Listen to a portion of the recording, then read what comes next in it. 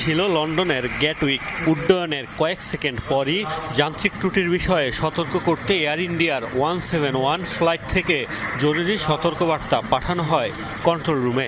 এর পরপরই হয়ে যায় যোগাযোগ বিচ্ছিন্ন।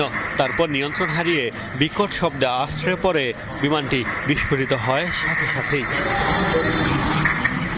242 আরোহী সহ আহমেদাবাদের সর্দার বল্লভভাই প্যাটেল বিমানবন্দর থেকে 1:39 মিনিটে উড্ডয়ন করে এয়ার ইন্ডিয়ার ফ্লাইটটি।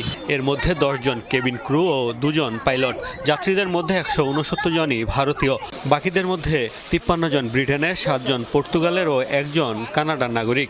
বিধ্বস্ত হওয়া বিমানটিতে ছিলেন গুজরাটের সাবেক মুখ্যমন্ত্রী বিজয় রূপানীও।